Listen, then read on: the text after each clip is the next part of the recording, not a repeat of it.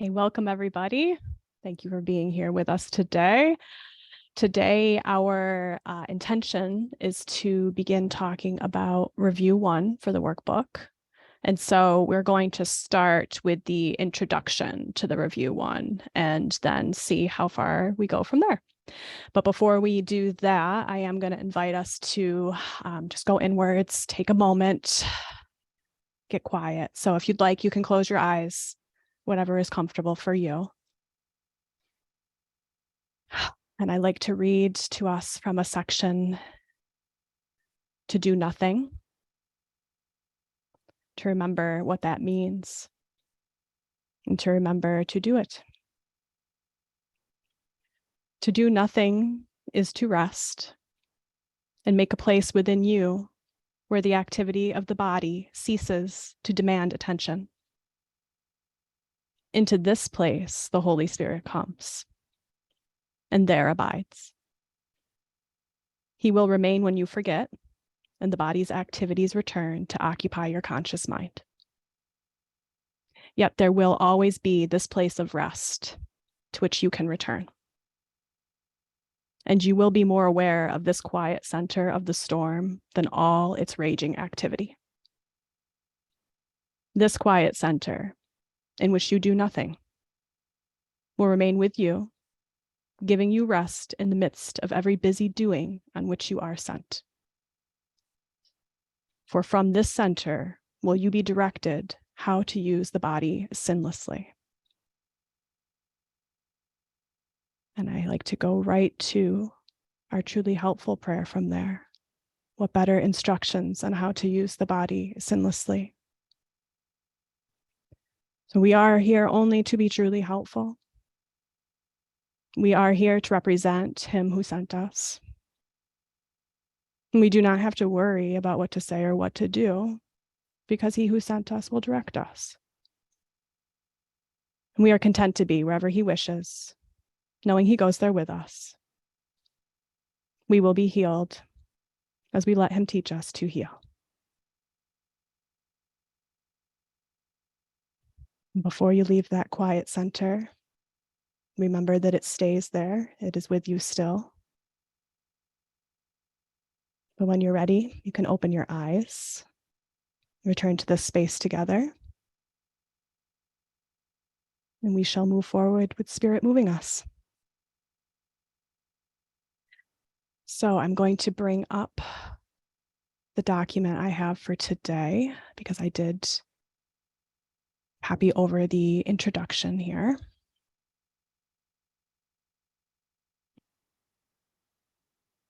Okay. Give me a thumbs up if you can see that.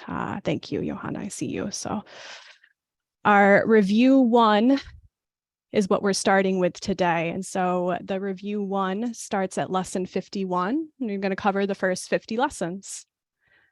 And we have several review periods that take place throughout the workbook. This first one, we have an introduction to, and I thought it might benefit us to just read this whole thing. We'll just read each paragraph. We can just go one paragraph at a time. I'll call on folks. If anyone would prefer not to read, give me a little signal right now. Hi, Peter, I just saw you join. Okay, anybody does not want to read, does not want to be called on at all? Okay, I don't see anybody. So fair game. Yeah? You can call on me if you'll enlarge the font. Oh, okay, is it too small right now? Let me see about that. Don't laugh, Manu.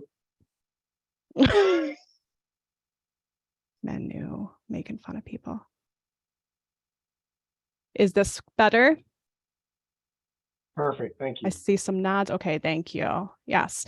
So, okay, so I'll call on folks. You can read a paragraph, and then at the end of your paragraph, before we go on to the next person, if there's anything you would like to say about it, you can say something, but we'll kind of keep the conversation too after we've read the whole thing.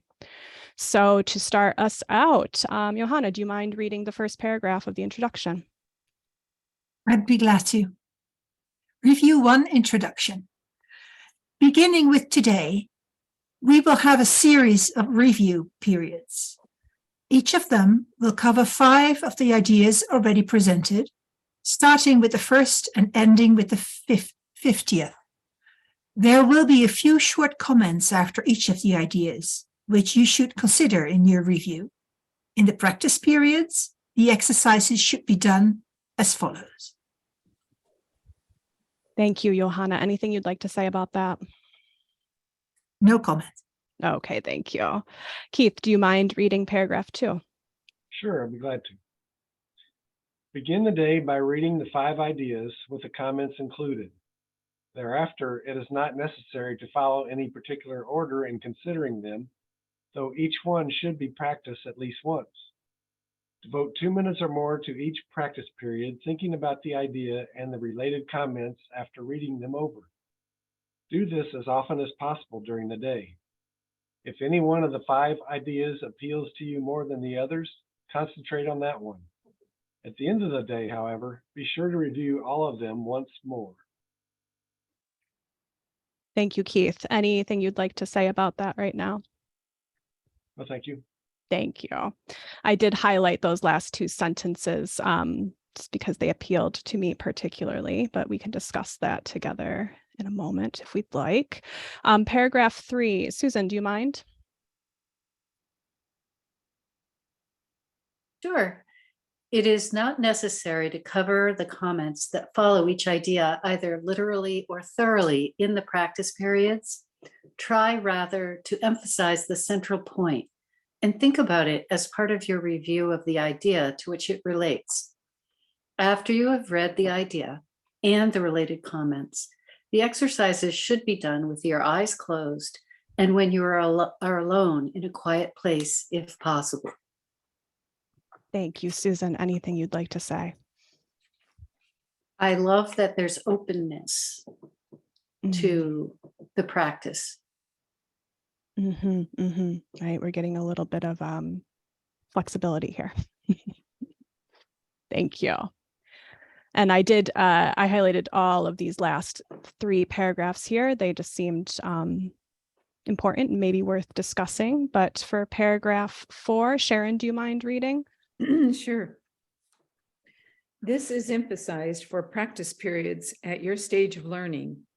It will be necessary, however, that you learn to require no special settings in which to apply what you have learned.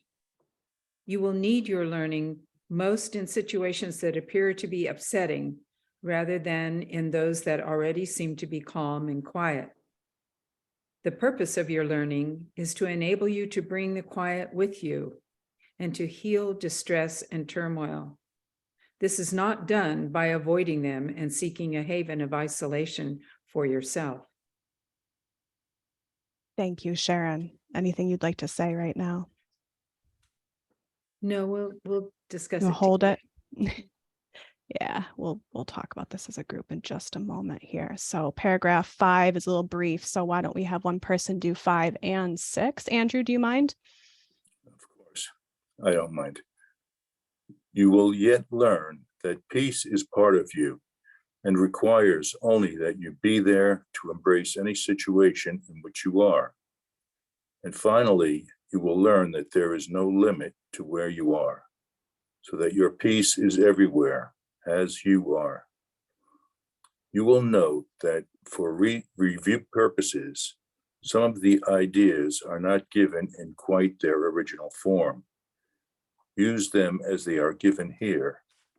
It is not necessary to return to the original statements, nor to apply the ideas as was suggested then.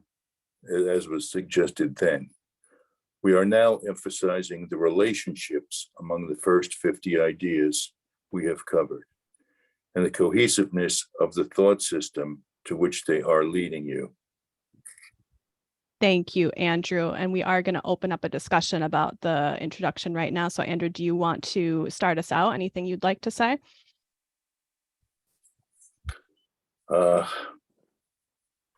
No, not right now. No problem. You. Yeah, you're welcome. Anybody have anything they would like to just comment on for this introduction to the review 1? Yes, I would love to. Yes, go ahead, Manu. So each year when I do these review sessions, like the lessons themselves, they grow on me, and they just are literally mind-boggling. And so the second last paragraph, which talks about wherever you go, your peace is there with you. And then it says something. Yeah, let me just read that. You will yet learn that peace is part of you. So this goes back to the beautiful section that you read before about being the eye of the storm and the holy instant that you read, Maggie. Mhm. Another absolutely favorite part of the course. And requires only that you be there to embrace any situation in which you are.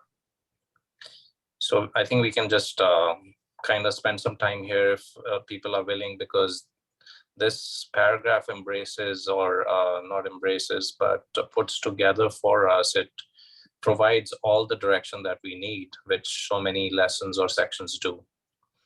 And then the last bit is even more mind-boggling.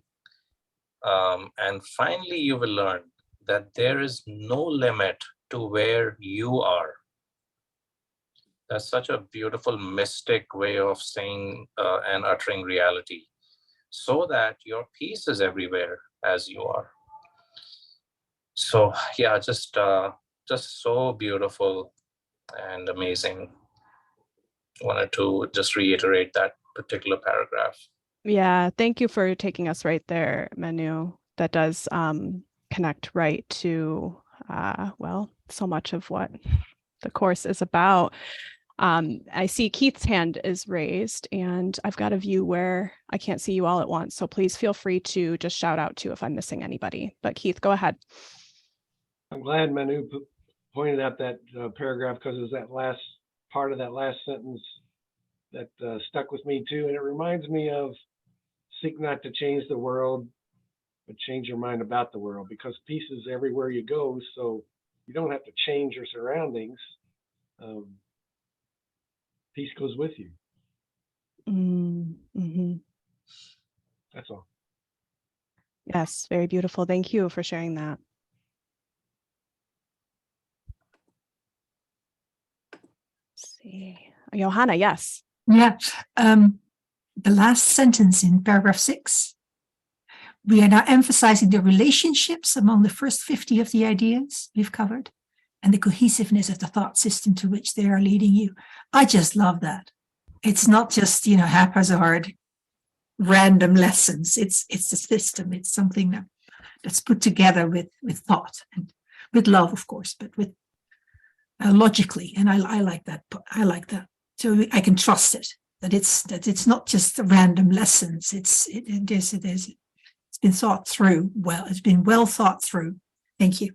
Yeah, thank you, Johanna. I like that last sentence too. And you just made me think about how I've been noticing, because this is my third full time through the workbook, just from beginning to end. And I'm noticing that this time around, I'm appreciating that system, that cohesiveness more and more. And I remember in the past feeling kind of like during the review section, it was a little bit like a snooze fest, like, what are we doing now?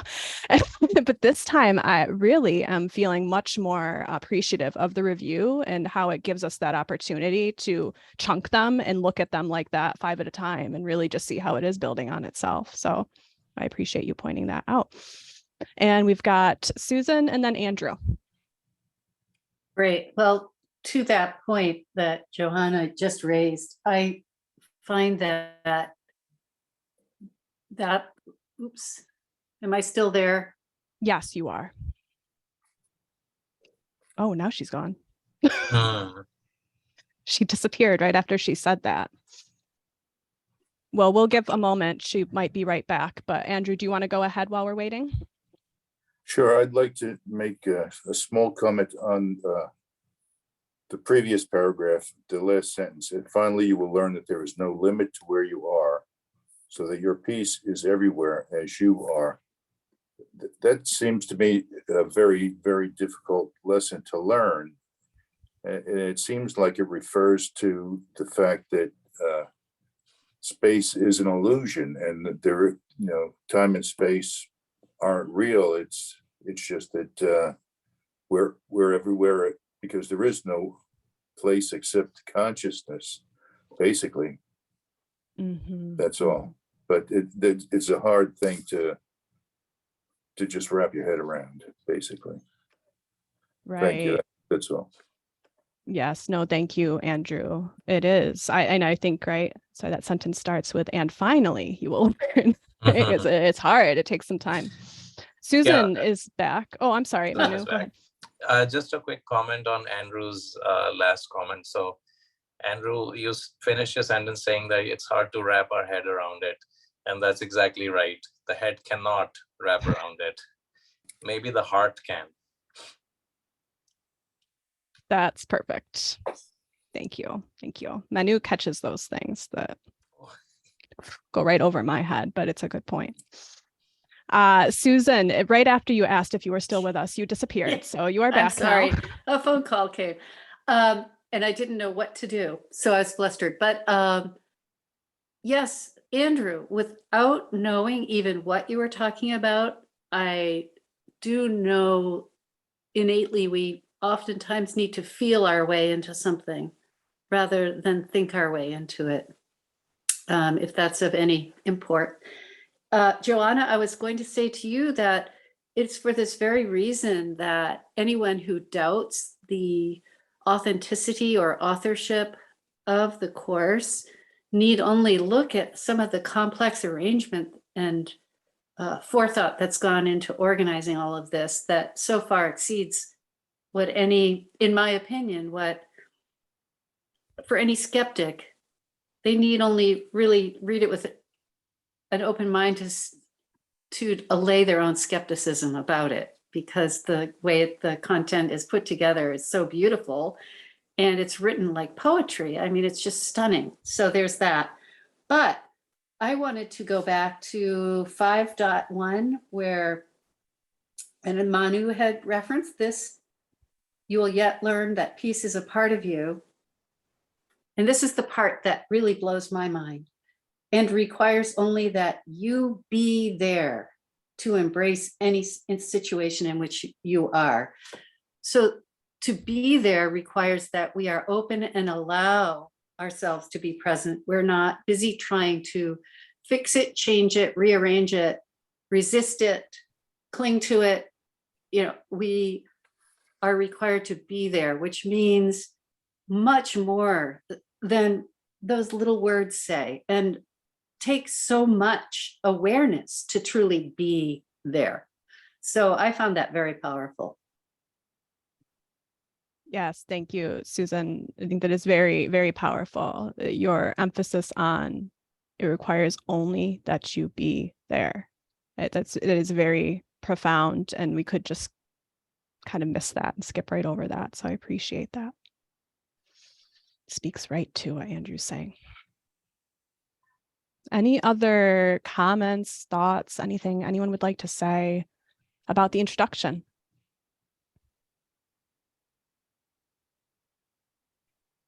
I recall that I mentioned I highlighted a couple sentences that appealed to me. It was I've erased all of my highlighting now because it was annoying me. It was the same color as highlighting on the screen for you all, but I believe it was this right here. In paragraph 2, the last 2 sentences, if any one of the 5 ideas appeals to you more than the others, concentrate on that one. At the end of the day, however, be sure to review all of them once more. And I remember that this appealed to me when I first was doing it, and it still appeals to me now, because I, for the life of me, could not handle remembering even the title of one for the day when I first started doing this. When we got to the review and it was saying, remember all 5 of these during the day, it was like, oh my gosh, how on earth will I ever do that? So to know that, okay, just at least read all 5 of them for your morning and evening practice. But then during the day, if there's one that kind of stands out to you, go ahead and lean on that one.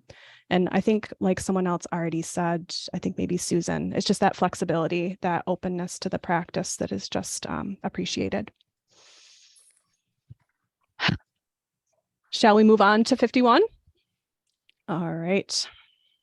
So before we look at 51, the way that it actually shows up in the text, I did us a little favor and just pulled the 5 lessons so that we could look at them right in a row together like this before reading the paragraphs that go between them, because this is kind of the cohesiveness, right, that we're talking about, being able to see how these are building on each other, how they're progressing. I like the first 5 here, and the adjustments to them as how they were written.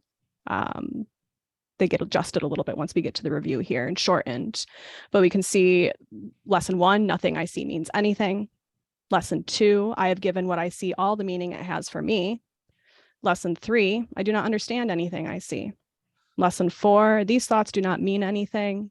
And so then therefore, kind of how I see lesson 5 is I'm never upset for the reason I think. So that I just enjoyed. And if anyone would like to comment on just the titles of the lessons before we actually get into reading them, please feel free to raise your hand right now. Yes, Johanna. I remember the first time I did a workbook, and I wasn't in a group, it was just me by myself. And with the first lesson, I thought, well, the author is nuts. And then the second lesson, he's really nuts. And then the third lesson, did I already think he was nuts? And then before the 10 were over, I put it away. I just thought, there's no way I'm going to be doing this. And of course, I picked it up later again. But I mean, the first couple of lessons were just, I couldn't grasp even one letter of them. So yeah, just wanting to encourage anybody who's listening, who's new, in future, who's listening to it at a later time, that it's a response that many people have. Like, what's this about? It'll make sense.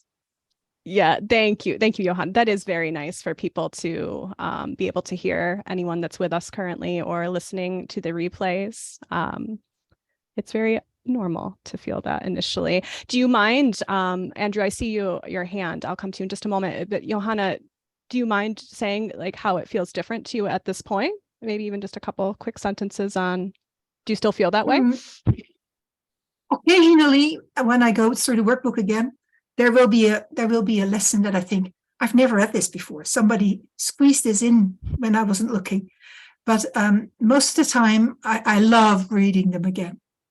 And they seem to they sink deeper. So at a deeper level, they start to make sense. I know that sounds a bit spacey, but I don't know any another way to say it. It's just, being with the lessons and doing them every year, just sort of by osmosis, it becomes a part of you. Thank you, Meg. Yeah, thank you. I think that is helpful for others to hear. So I know Andrew had his hand raised, and then I see you too, Peter. So Andrew and then Peter. Yes, the first time when I first started with the course, I read the book and then did the whole workbook, and then the manual for teachers. Then I guess I just read the text for a while.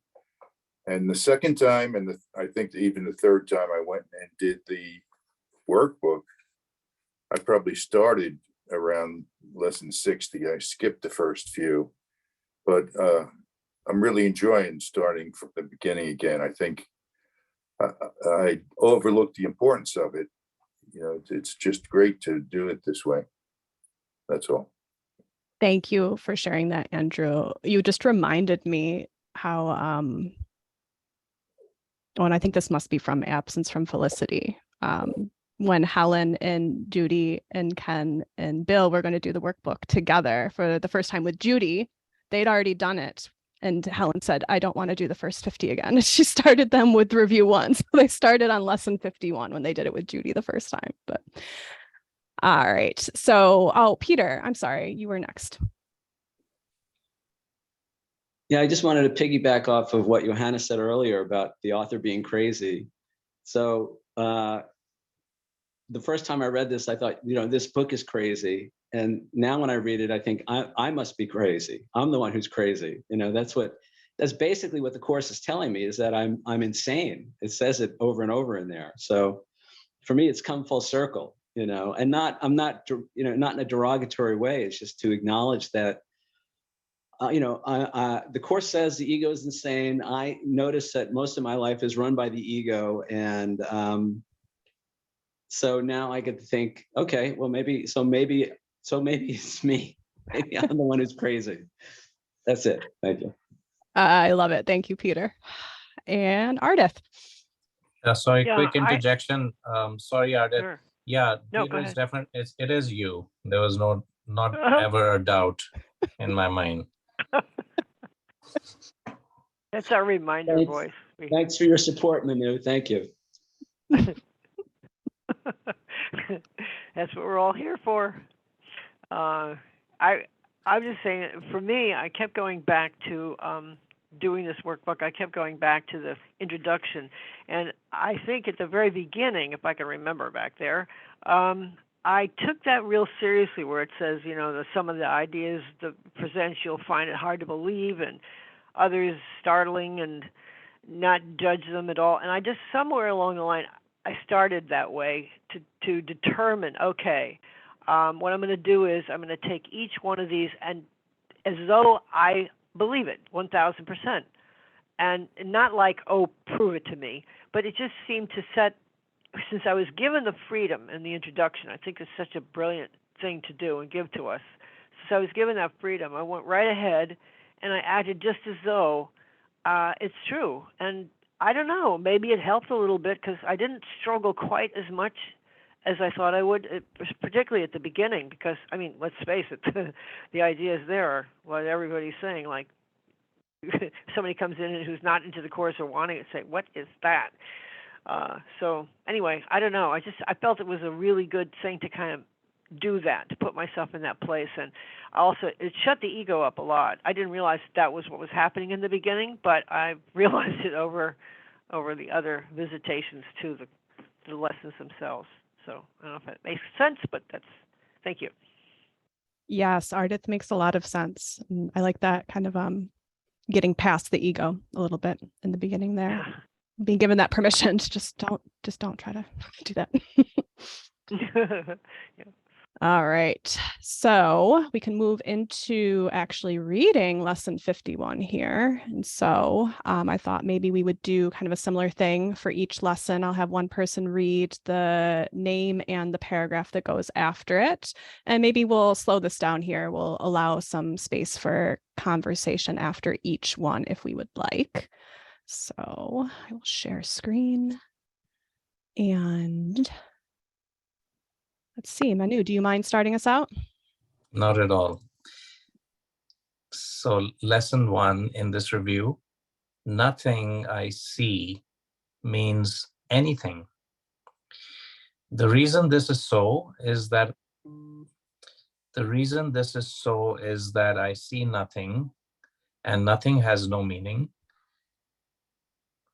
It is necessary that I recognize this, that I may learn to see. What I think I see now is taking the place of vision. I must let it go by realizing it has no meaning so that vision may take place. Thank you, Manu. Would you like to say anything about that? Yes, a couple things. So what we appear to be seeing through the body's eyes, and just a quick reflection on what seeing really means here. There's some commentators and teachers who do distinguish between what we physically see versus what we conceptually see. And so it'll be, I would love to hear from others how they might distinguish between the two, if at all. And the other one is that whatever we do see, physically or conceptually is taking the place of vision, and therefore taking the place of reality. So that's what we are being warned here, is what we are doing regularly. Thank you, Manu, for starting that out and actually kind of prompting discussion here. Does anybody want to respond to Manu? A question about? Yes, please go ahead, Robert. Yeah, this thing about what we physically see and what we conceptually see or mentally see, I think that points to the Course's idea that it explicitly states that your perception is interpretation. So the idea of physically seeing is just what enters the mind through the body's senses, or what is called sense data, what you see or hear and so on. But that sense data is interpreted by the mind. In other words, the mind gives it meaning. And that's what it sees. The Course is very clear saying that, it is the mind that sees. So that's what I would say is the difference between this notion of physical seeing and mental seeing or conceptual seeing or whatever way to call it. But basically that second one is interpretation. It's the mind's interpretation of the sense data. That's the way I see it anyway. That's the way you see it. That's the way I see it. That's the way I understand it. Analogy, right? And that's what we live by. No, I think that was great. I think that's very helpful. Thank you for offering that, Robert. And I see Andrew has a hand raised too, and then Johanna. Thank you. Well, science tells us that all matter that we see is 99.9% empty space. What we're actually seeing, the reason it doesn't look like empty space is because tiny electrons are moving around so fast, it appears solid. So that takes a lot of energy. So I think that everything that we see with our eyes is actually life. I think we're looking at life, and that's the only thing there is to see. We interpret it, we make up our story, we make up our life stories are all our own ideas, basically. We invented the world and we invented the lives we seem to be living, but what we're actually looking at, I like to think of as life being the only thing that there really is. Thank you. Thank you, Andrew. Yes, Johanna. Sorry, I wanted to follow up on what Robert said. So you said what your eyeballs see is something different than what your mind sees. Is that what you were saying? No, I'm just saying, what I'm saying is that there's a difference between sense data and the mind's interpretation of the sense data. Okay, yeah. What comes through the eyes, what comes through the ears, what comes through the mouth and the nose and the hands is interpreted by the mind that gives it meaning. And according to the Course, your perception is the interpretation. That's what you actually project. So, yeah, I want to understand this because in line 1, it says the reason is I see nothing. So that would be the sense data processing. That's really, and why does it say I see nothing? Why does it mention nothing? And nothing has no meaning. What lesson is that? It's in the review of the first lesson, nothing I see means anything. Yeah. And then the reason this is so is that I see nothing. I understand nothing has no meaning. I get that, but I see nothing. We think with our eyeballs, we see stuff, and we think the mind interprets. I mean, we think that that's there, but it says it's nothing. And I don't get that. Well, I suppose it would mean that your interpretation of the sense data actually is meaningless. It's really nothing. It is nothing. Okay, because of the 99% Well, space. I suppose it's nothing because it's not a thought of God. In other words, you're not thinking of God. That's why it would be nothing. Yeah, I think it would be an idea, and the question is whether that idea is shared with God or not. Okay, thank you. That was the answer I was looking for. Yeah. Yes, yes. So it's basically whatever stories we are constructing, whatever meaning we are constructing means nothing. That's how I look at it. Yeah, that's Look what at it. Robert actually said. Yeah. And that connects, I think, with Andrew's comment too about Yeah. the story, right? Okay. Yeah. Thank you, everyone. And Keith, I think, is next. If we want to stay on this topic, I will wait. Okay, you have a kind of a new thing. And let's see, because Ardith and I think Peter also had a hand raised. Did anybody else want to respond to this current topic, or else we'll let Keith go ahead? I was Ardith, going to say something. I was Yeah, going to say something about go ahead. But, it's just no big thing. Maybe what you need to do is use the word grok instead of understand or see, if anybody's familiar with that. That's supposed to be I don't know what that different. means. Anyway, What is that? oh, well, that's from what is it? Star Trek, or I can't remember. No. Anyway. Remember that? Oh, wow. If anybody, yeah, it doesn't I'm matter. I'm surprised. I'm surprised, Maggie, that you don't know the meaning of grok. That's a beautiful word to use, Ardith. Thank you for introducing it. Someone needs to I know, but I define can't it for get. me. I know. See, I dropped it. Now I can't really define it. I know it's not really understanding or seeing. It's like somewhere in between. I could probably Google it, but I don't. I'll try to get it and pass it along when I find it. I think it's from Stranger in a Strange Land, Is it? but I'm Wow. not positive. Mm-hmm. That comes up from bringing things up that you don't know what to know. I just did Google, as a matter of fact, and what it says is understand something intuitively or by empathy. That's one. Empathize or communicate sympathetically, but that still doesn't really tell where they. Oh, it says what does it mean in slang? That's what I was looking at, and that now it doesn't apply at all because it says to understand thoroughly and intuitively. So cancel, take the grok off.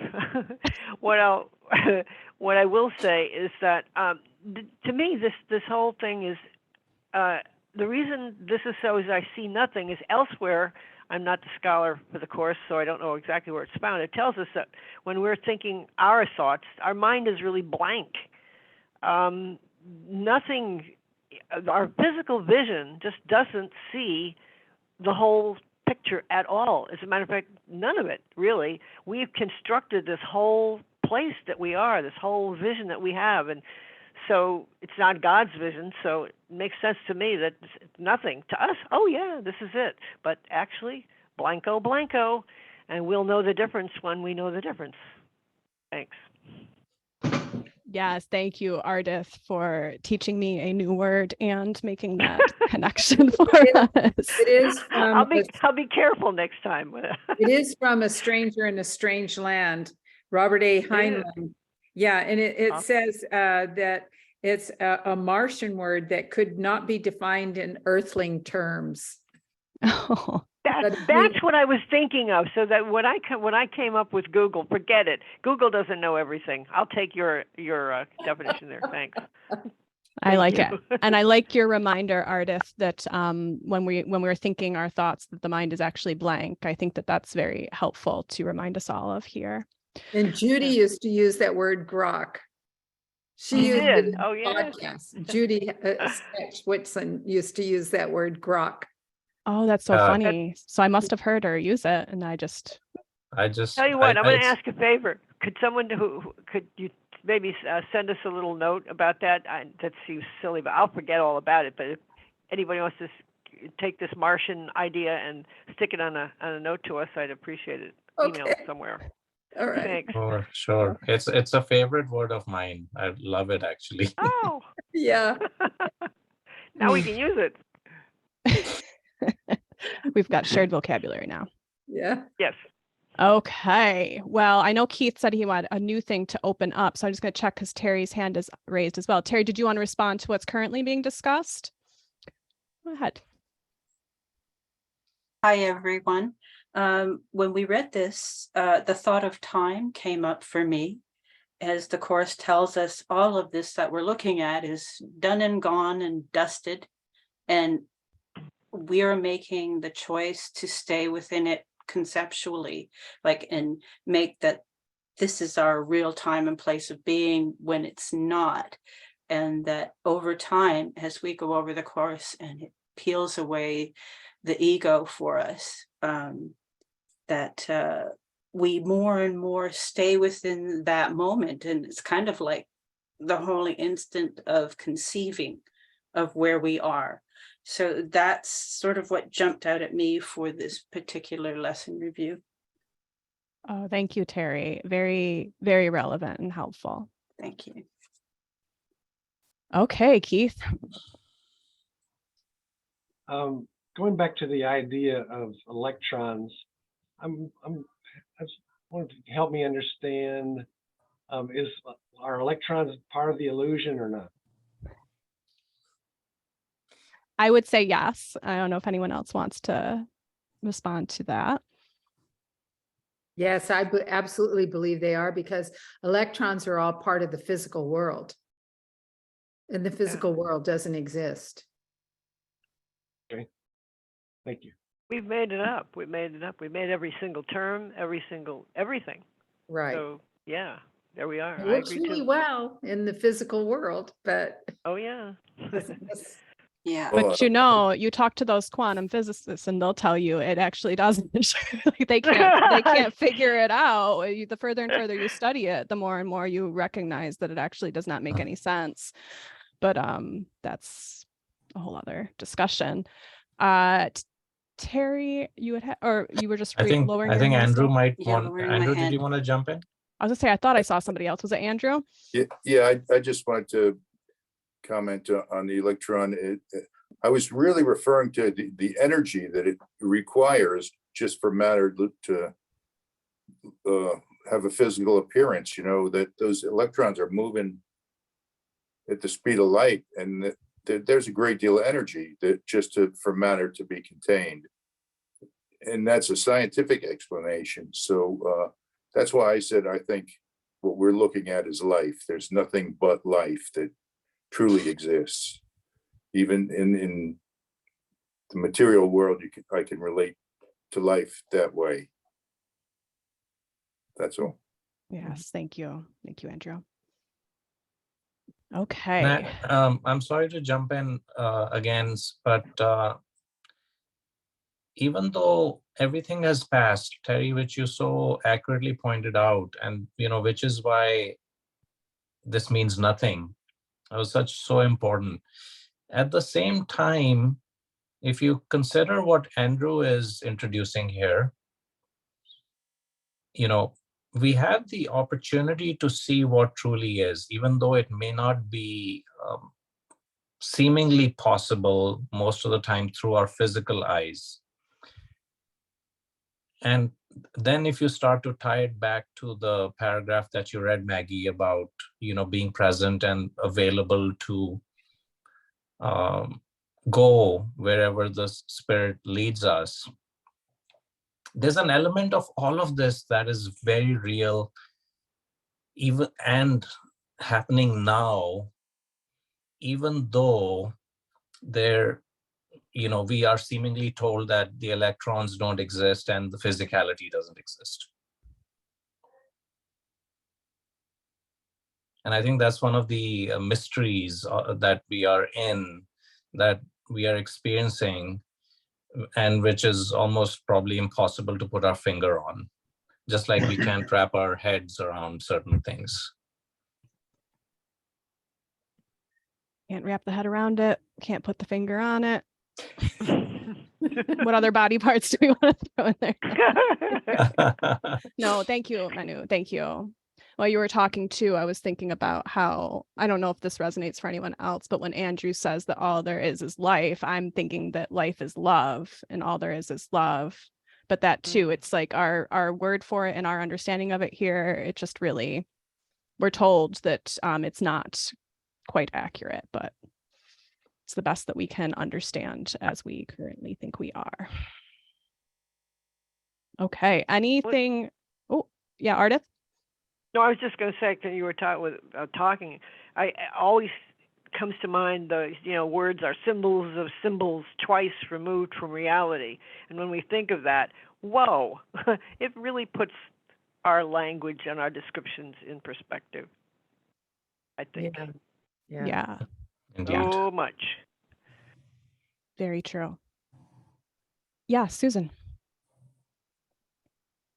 I'll do my best to say this. It's a little ambiguous in my own head, but our essence is ephemeral. It, you know, the quantum field consists of finer and finer and finer until there's nothing finer there.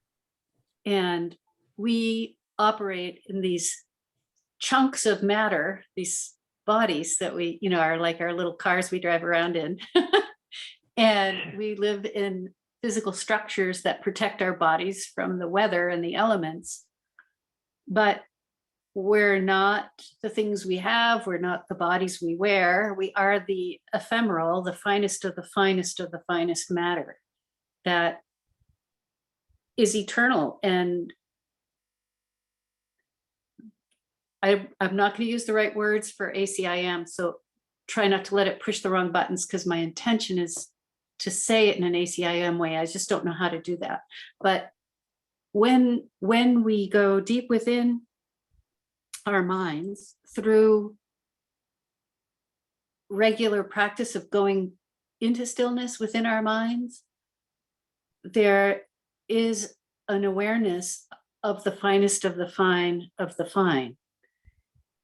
And that it's like when you dye a cloth, the first time you dip it in, you take it out, it doesn't have much color on it and it will wash out right away. But the more times you drop your mind into that place, so that it's not limited by the physical form that we're carrying around our eternal selves, that each time it dips down, it takes on more of the color of the dye.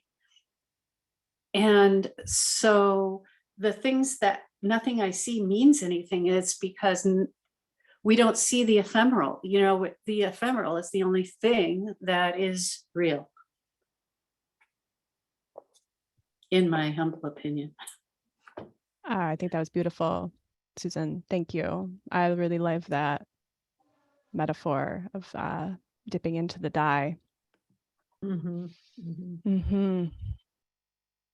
Yes, Robert.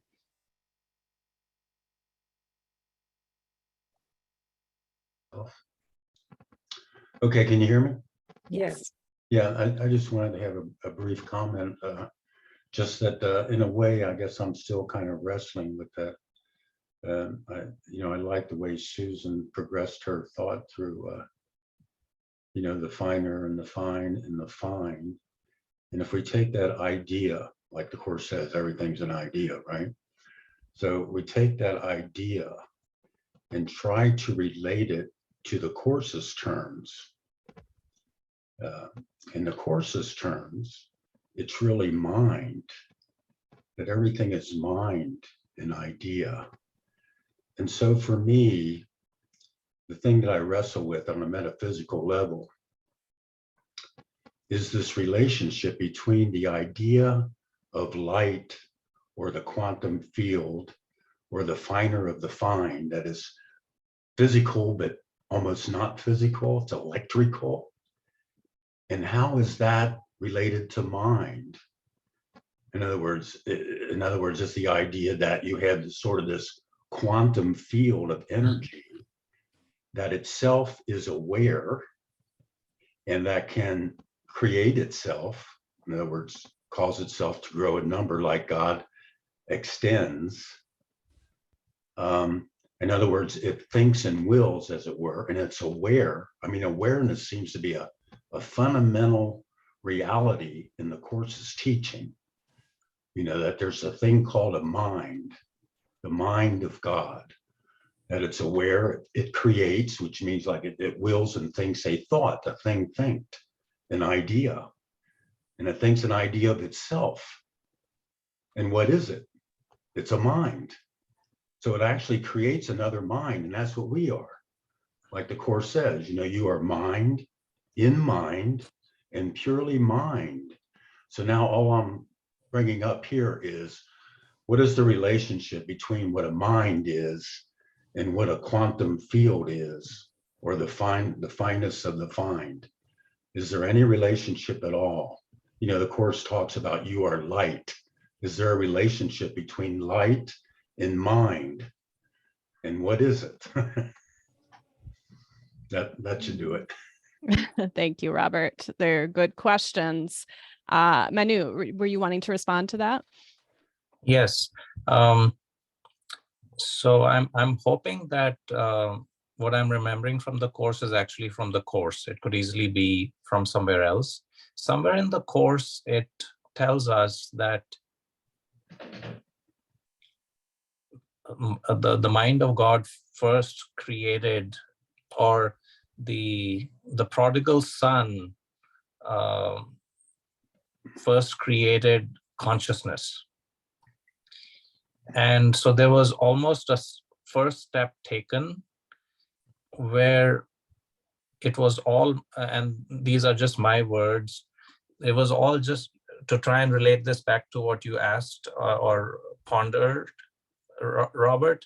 There was just mind, and then there was an extension of some sort that created consciousness, which was,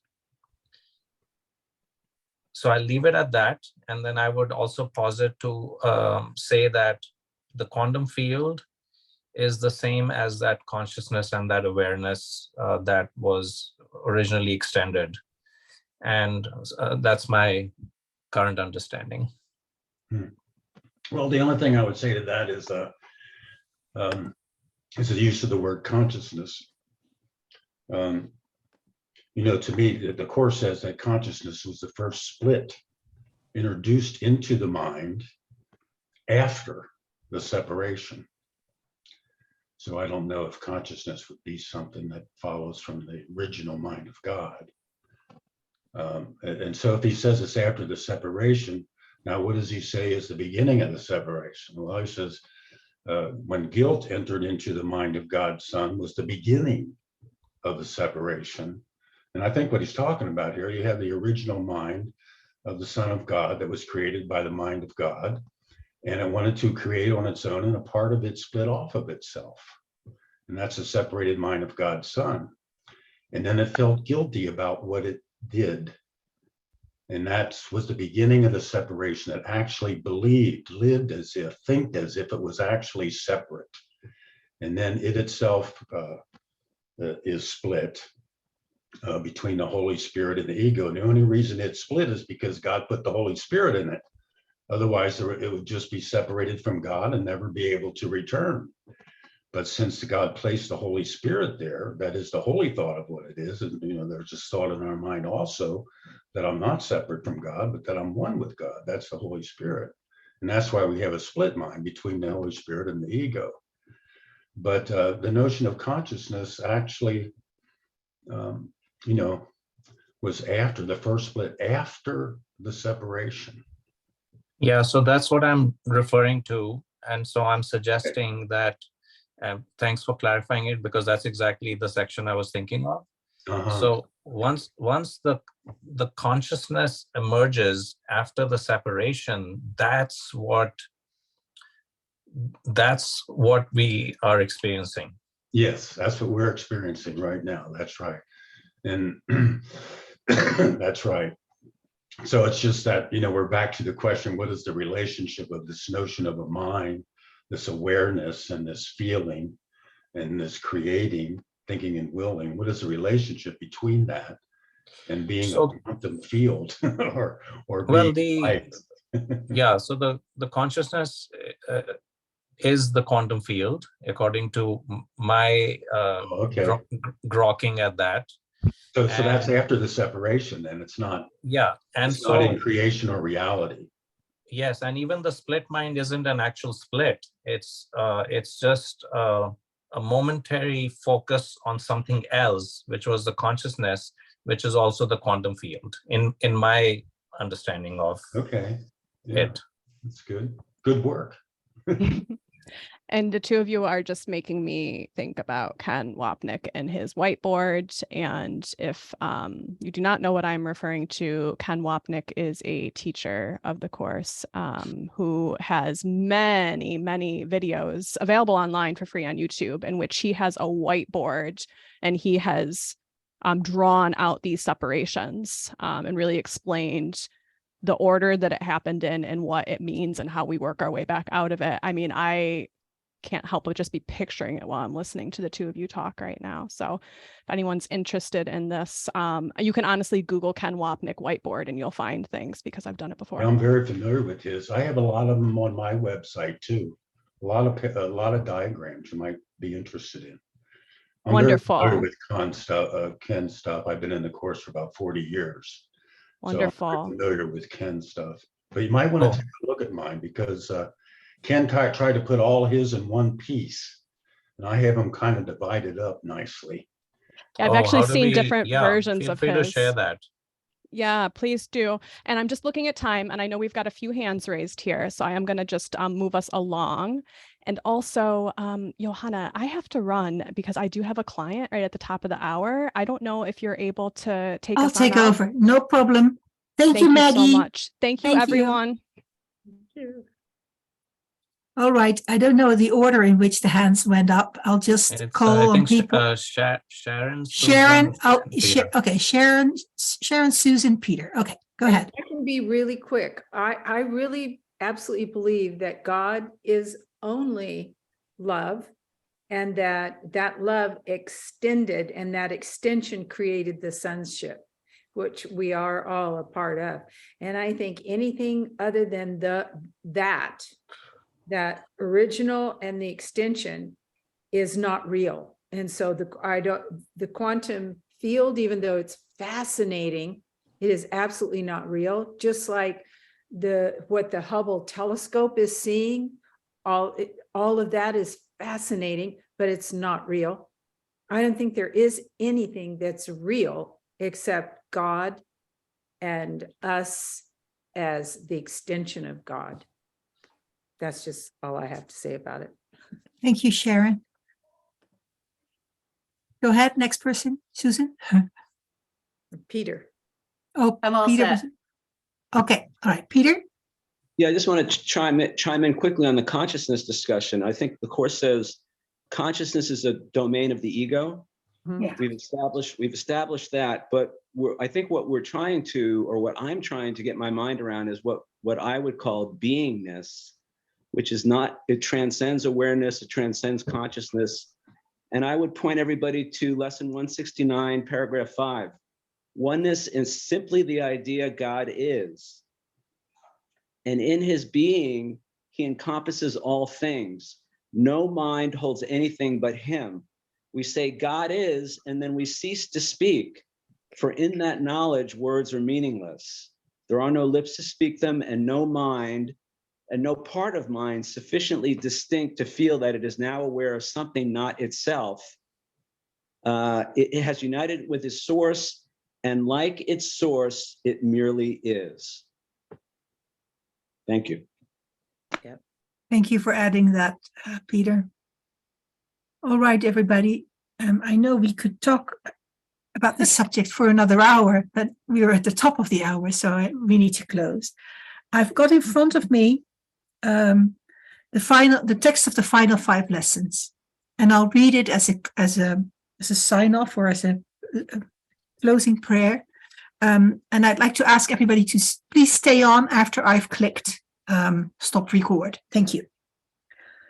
This holy instant would I give to you. Be you in charge, for I would follow you, certain that your direction gives me peace.